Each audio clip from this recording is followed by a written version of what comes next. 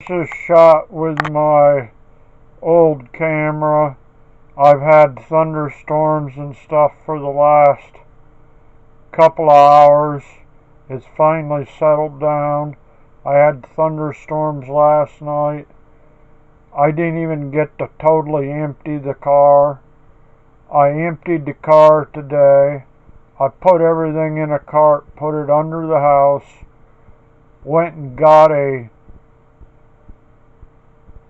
desk and some shower stuff that was sitting out by the road. It said free, and basically I picked it all up and I put it away where it would be staying dry. And I bought like a $5 or $6.